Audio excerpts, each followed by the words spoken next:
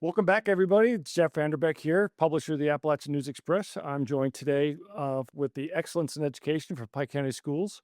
I'm joined today by Miss Melinda Potter. She's a principal at Feds Creek Elementary School. We talked a little bit about some stuff that we want to discuss off camera. But what's interesting is that I just hired a brand new employee from the University of Pikeville, just graduated about a week and a half ago. And Miss Potter was a teacher of hers. So it's really cool, the circle of how things are going. We're going to talk a little bit about that. So, Melinda, or do they call you Miss Potter? They call me Miss Potter, but you're very welcome to call me Melinda. Well, I'll call you Melinda. Miss Okay. Potter, it's a pleasure to have you on board. Thank you Welcome for to our having me. program today. Yes, thank you for having me. So we Pleasure. do these podcasts with these folks, and what I find out, and I talked to Superintendent Freddie Bowling, is that I'm amazed at the conviction that the you principals have. You're an elementary school principal. If it were me, I'd be pulling my hair out. I don't know what I would do. I'd probably quit the first day, especially when somebody came in with sick or Ebola or Yeah. cold flu or something and they snotted all over you. I can't handle any of that stuff. I'm a germophobic. So, um, tell me who you are. Tell me a little bit about yourself and how long you've been teaching and what your background is. Okay. I am Melinda Potter. I am currently the principal at Feds Creek Elementary. This is my 30th year in No, education. really? Yes, my 30th year. Congratulations. Thank you. I taught English in the high school setting for 6 years. I All taught, in Pike County? yes, all in Pike County. I Wow. graduated from Pikeville College. Wow. Um, and I taught middle school language arts for 3 years. Then I served as high school guidance counselor at East Ridge High School, and for 3 years, no, actually 2 years. And then I was the assistant principal at East Ridge High School for 18 years. So I made a huge change going from high school to elementary. I was a little nervous at first, but I always said that I wanted to have my own school. Um, Toward the end of my career. And so that was a big change for me going from high school to elementary. Sure. So you just said a whole bunch of stuff. I I did. got a million questions. So, Okay. what's your favorite subject to teach? To teach was English. Why? Yeah. Because I always loved to read. I went to a small school, Sycamore Elementary. Oh, right. I'm not sure, it was been closed for a long time, but Sycamore Elementary, and I lived in the library. And the funny thing is, in my family, most of my family members are math minded, math oriented people, but I love to read, always loved to read, and I wanted to share that with students. Um, I started out in elementary education at Poplar College, and yeah, I just something just didn't really click, didn't wasn't really working out. Sure. And I thought, I would love to read, and I'm not the greatest writer, but I like to write, and I want to share that with students. Sure. So I changed my major and became a high school English teacher. So, do you read for fun now? I Because do. I'm sure your job, I do. you have to do a lot of reading, but do you read for fun? And what do you read? I read. Well, I like to do easy reads. um, Just and then I do a lot of information reading. I like Sure. to learn new things, and, we can jump on the internet and learn anything, but to read about it and read in depth about things, I love to do that. Well, that's good. Do you encourage when you were teaching, did you encourage your students to read for fun? Because a lot of times, you know, Mr. Militano used to make me read Shakespeare, and I Yes. can't stand Shakespeare. Yes.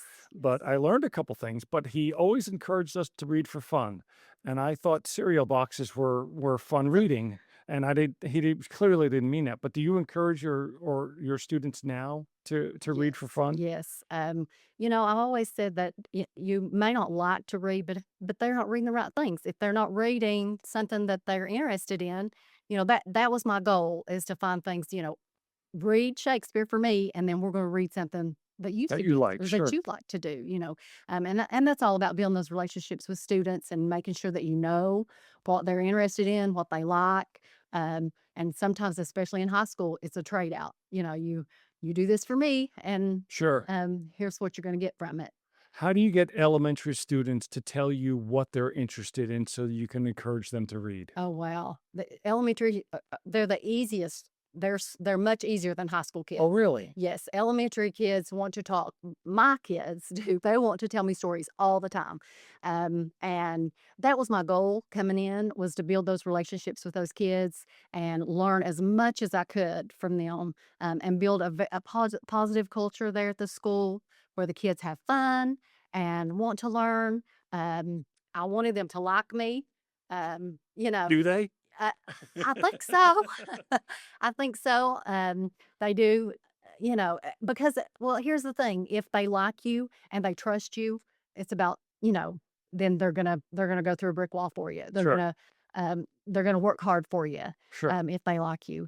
So that's important to me, for them to like me and trust me and to be able to come and talk to me, especially in today's world. I was going to say, in today's world where we have grandparents raising kids Yeah. and there's a lack of trust outside the classroom, is it harder to build that trust inside the classroom with a student to a teacher than it would be for a parent to do that? I think so. Well, t today, you've got grandparents raising kids, you have aunts and uncles raising kids, and sometimes kids are, they have walls and they don't want to trust, and sometimes those walls are hard to break down to, get them to trust you. Yeah.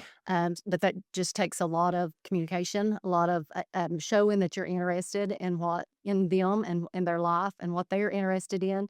And I have they want to tell me all about their weekend and all about their what they've done and who they are, and so it's been fun. So part of that, I mean, you just made a great point about the kids wanting to communicate about their weekend. Isn't that an aspect of learning that we haven't really focused on?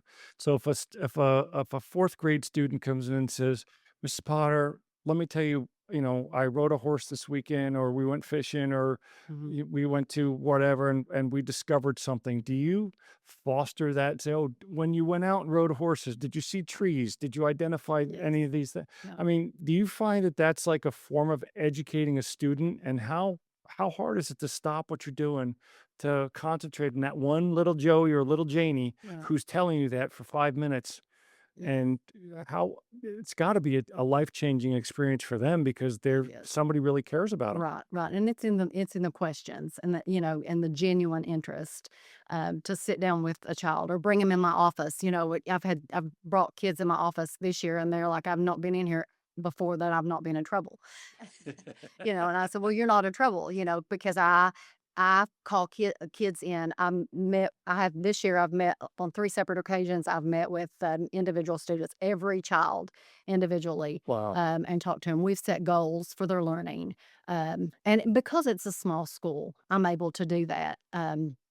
And they enjoy that, and that's just part of building those relationships with those How many kids. students do you have, About 120, including Head Start. including Head Start? Yeah. So out of the 120, like, if you had, like, 800 students, it'd be a little bit hard, but Yes, it would. 120 students, do you feel that you and your staff are able to really laser focus Absolutely. on the needs of those 120 students? Absolutely, absolutely. Yes, And they are there specific techniques that you're using because not everybody learns the same. yeah. No, they do not learn the same. We do. We have, you know, I've got students that, when they take a test, they need complete quiet. They need to have a different atmosphere. So Sure. we try to address all the needs that sometimes kids need extra time, and sometimes, we try to hone in on each individual kid and how they learn. And I think with the Portrait of the Learner and the introduction of Portrait of the Right. Learner, you've probably heard about that. Um, I think that's really what's going to focus on. Everyone does not learn the same way, and everyone don't. We need to get out of the cookie cutter box, and not. Every kid don't need advanced calculus Sure. or whatever, and find out what the kids are interested in. What do they wanna do, Sure. in their career paths? And that's where their education, needs to. Yeah, it's not just reading, writing, and arithmetic. It's reading, what is fun and what they learn from. Yes. It's writing about what they understand and what they want to write about.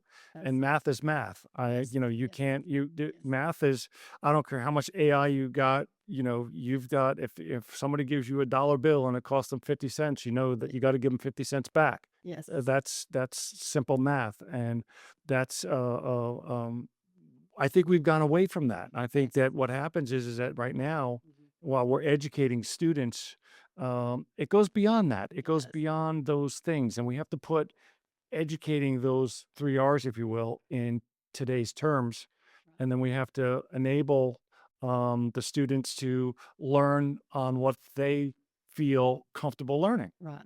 And I think if you push, I mean, you've got to push them because you want them to Mhm. really Mhm. expand their mind. Yes. But And there you have to overcome the obstacles. AI, for example, yeah, Chat GPT and all of that, kids, I mean, they're a finger click away from an answer, and from writing a paper or writing a letter, and it'll do it for them. sure, But it's our responsibility to teach those kids that that's a tool. It's not somewhere to go get your answers. It's a tool. We have to teach them how to ask the right questions. And AI, we don't want it to replace thinking, in education, because it could, very easily, because sure. you type in a question and it's going to give you the answer and you don't have to think about that. And we don't want that to happen with our kids. We want that to be a tool. Um, when I was in college, we went to the library and did research. And the Um, Dewey Decimal System? yeah, Yeah, yeah, I and remember now they that. don't have to do that. No, They can pick up a phone or a laptop or an iPad and, have the answers within seconds. yeah, Um, but it's important also to teach them about, the validity of the answers, sure. on the internet. Not everything that's on the internet is true. Do you oh, that's a I'm so glad you said that. Do you think that the research that our kids now have access to takes away from critical thinking? Um, it could, and it's our responsibility to teach them how to use it as a tool, for critical thinking and not to replace it. Right. Because it most definitely could, Yeah, replace it. and I Could think replace that's a the lot of scary things. part, and, It is scary. now that we're on, artificial intelligence and the internet and stuff, when at the grade level that you're teaching at, that your team is teaching at, are kids really looking at careers or opportunities? Are they saying, I want to be an astronaut or football player? Or But are yeah, they saying, yeah, I want to be an architect or yeah. a plumber? Well, they're saying that they wanna be football players or, um, basketball players, but we did this little program called, it was, um I lost it. You'll have to edit that. Where we gave them money, according to their GPA, Okay. and they had to go. We had community members and business members set up, and they had to go from table to table. They had to, from their salary, they had to take out their it's a reality store. Gotcha. Yes, they had to take out their, insurance, their Groceries, groceries, their gasoline, rent, their rent, car gasoline, payment. and they would run out of money, so then they would have to get another job, or they would have to go to the bank and get a loan, if they're qualified for a loan, Sure. so that was really an eye opener for our kids, for our middle school kids. They really enjoyed that, and even the 5th graders who didn't get to do it wanted to know, "Do we get to do that next year?" Sure. Yeah, so What do you think they learned from that exercise? I think that they learned that, I hope that they learned that, they need to get an education. They need to know what they want to do, um, with their, through with that education, Sure. and that depending on the job that they pick is gonna determine their The lifestyle. lifestyle, sure. Yeah. So, even though right now a gallon of milk is, $2.88, Mhm, mhm. by the time they get to be that point, it could be $3.25. So Right. everything's going to go up. And while your kids now, a college education could be $45,000 a semester or a year, it could be $60,000. Right. Um, And they also learned too, my table was when they got to my table, it was whether they could afford a cell phone, or internet, right. Wi-Fi at home. So if they didn't have enough money, and they would say, "Well, I didn't know it cost that much." And, so Sure. I think it was a really good activity that we did with the kids, That's a and great that's a yeah, great that's a great program. That's a great eye opener for them because it really understands it, and, it really I think that the kids will appreciate what the parents are going through now yes, and the yes, decisions the parents are making to on how their caregivers have made yeah, in order to help them. So, yes. what is unique about your school and your teaching style? What is unique about my school is, at Feds Creek, it's just a family oriented, honestly, just family oriented, and that's what I've kind of pushed. My motto at the beginning is teamwork is the dream work, and we did T-shirts and I wanted us to come together, as a team, and then as the year went on, um, and we got closer to testing, we started talking about kids and with the teachers, purpose over pressure. I wanted them to feel like they had a purpose and not feel pressured into, oh, test scores are so important, and they are important, but that's not the end all be all for Sure. kids. We want kids to be successful. We want them to be able to go to a job interview and have confidence and be able to answer questions and look people in the eye and shake their hand and just be confident. How do you teach those skills? Because right now, I mean, a lot of the students aren't being taught that, and like you said, that some kids are being raised by grandparents, and grandparents. Listen, I'm a grandparent, but my grandchild is 5 months old. Yeah. When he gets to be the age of that, I'll be so darn tired, I won't want to do anything. But I would do everything I can to care for that child. But how do you teach soft skills, handshake, look in the eye? Yeah. How do you teach work ethic? How do you teach that a child, all the employers I talk to were saying, the kids nowadays, they don't have a work ethic. How do we teach that? Right. One of the things that, I did was I go into the classroom and I I talk to the kids about how, they're as important as anyone else, and, you have to build confidence in them before we had a talent show, just before I left to come down here, and I was really surprised at the kids who that takes a lot of courage for them to do a talent or, just do a dance routine, it was just simple little Sure. talents, it wasn't anything off the charts, but you just teach them that, and you teach them that, when they come in, what I have them do if we have, we do this a lot in high school, 2 students arguing, we come in, we talk about it, we communicate, and before we leave, we're gonna shake hands, and we're gonna shake hands the right way. We're gonna stand up, we're gonna look each other in the eye, we're gonna do a firm handshake, and your word is, you know, golden. If most of our politicians had that background, we would be in a much better place worldwide.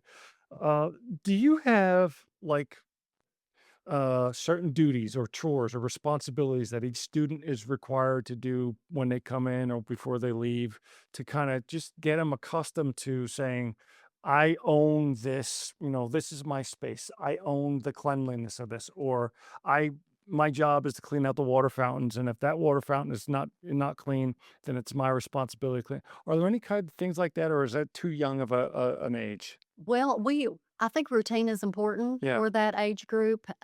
We do things in the morning. I go into the cafeteria and all of my kids are in there in the mornings and we do a 1, 2, 3 eyes on me. We do our moment of silence. We talk, you know, it's just because it's so small, I can have conversations with my entire school sure. in the cafeteria. And one of the things that the middle school's not they're not crazy about it, but the little ones love is I let them come do the pledge of the mornings. Right. And they take a lot of pride in that. The younger ones do. The 8th grade is hard to get Sure. to come do that. They're But getting at that age, yeah, right? they're at that age, that the awkwardness, they Yeah, just, 14, yeah, 15 year they olds don't and really wanna do that, but we have, our Unite Club, we have a Unite Club, and they clean up around the school, and they take lots of pride in that, and, our kids are they in the cafeteria.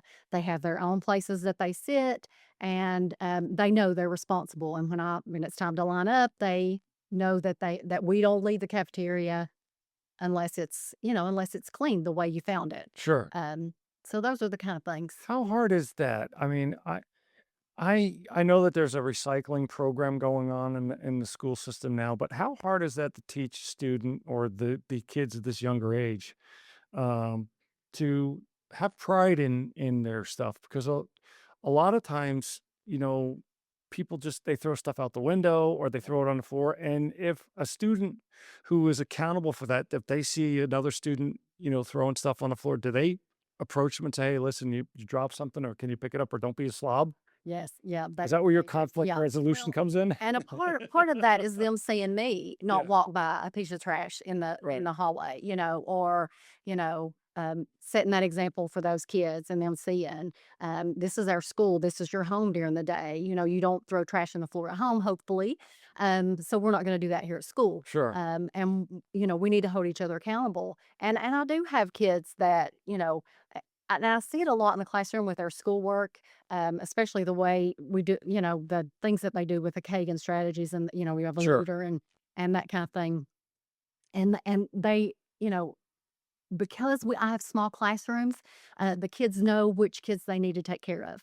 And which kids they need to stay on top of and make sure they have this to go Sure. home or these notes to go home, or they have their homework folder, or that kind of thing. Do you see now, can you at the ages of these kids that you've got, can you see kids who are going to be you just know that person is going to be successful. I know it because of A, B, and C. And can you detect that now? Well, I would like to think that they're all gonna be successful, Right. but you can see, I can see different personalities in the kids. I can see, at this age, I can see, leaders, Right. I can see followers, and when I see those followers, I always try to talk to them about it's okay to be a follower, but there's a time that you draw that line and not be a follower, and you have to stand up, for what you value and for what, Sure. maybe it's something that you don't believe in or you Right. don't want to do. Exactly. Um, So tell me about your staff. oh, my staff is wonderful. They just the sweetest thing. I have veterans and I have very young teachers, and they are just the sweetest. They've been so welcoming to me. As soon as the job came open at Feds Creek, they messaged me. They, knew me a Sure. lot. I had a lot of their kids in high school, and messaged me. Probably the last three times the position was open at Feds Creek, over the years, they've asked me to come, and I always felt a little tug to go, and I would think, I'm high school. I'm a high school Right. person. I don't know about the elementary, and then I just dove in this Did you time, make the and right decision? I made the perfect decision. Yes, I'm exactly where God wants me to be, and I love it there, and wouldn't change a thing. Yeah. If you had an opportunity to go back to high school as a principal, would you stay where you're at or go to high school? I would probably stay where I'm at. Yeah. I would probably stay where I'm at. I love my high school babies. I miss them so much, and I still talk to a lot of them. Right. And as a matter of fact, in my second grade class, every student in my second grade class I had as a student at Eastridge at the Nice. high school. So they all know me. They message me. The communication's great there, Sure. and I love that they already know me and know that I want what's very best for their kids. In your 30 years of educating, are there students who have been educated, gone on and done things that still communicate to you? And what does that mean to you as an educator to do that? When you go in education, you don't go in education because you want to be wealthy, No. but you want to go in education to make a difference. Do you feel like in your career you've made a difference to Yes. people, and how does that affect you? That is the reward. That is the reward, is to meet kids, that I've had in school and had in class, and for them to be excited to tell me that they're successful. Or, I had a student message me the other day. She was getting married, and I haven't spoke to her since she's been in high school, and she said, "You made such an impact on my life. I wanna send you a wedding invitation." Oh, wow. So that was awesome. I actually taught, English in a residential facility for boys that were court ordered. It was a youth academy, Right. and I had one of those boys, um, made a post on Facebook and tagged me in it, that I'd made a difference in his Sure. life, and that's been 20 some years ago, Wow.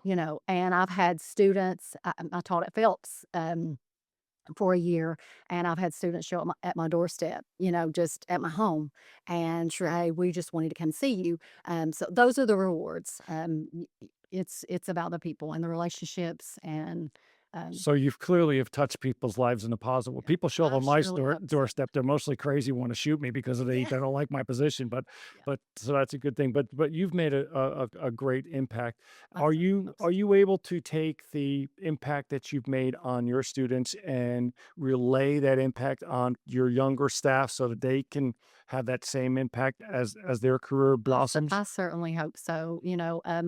A lot of the young people come talk to me, and sometimes this is a hard job. They're defeated.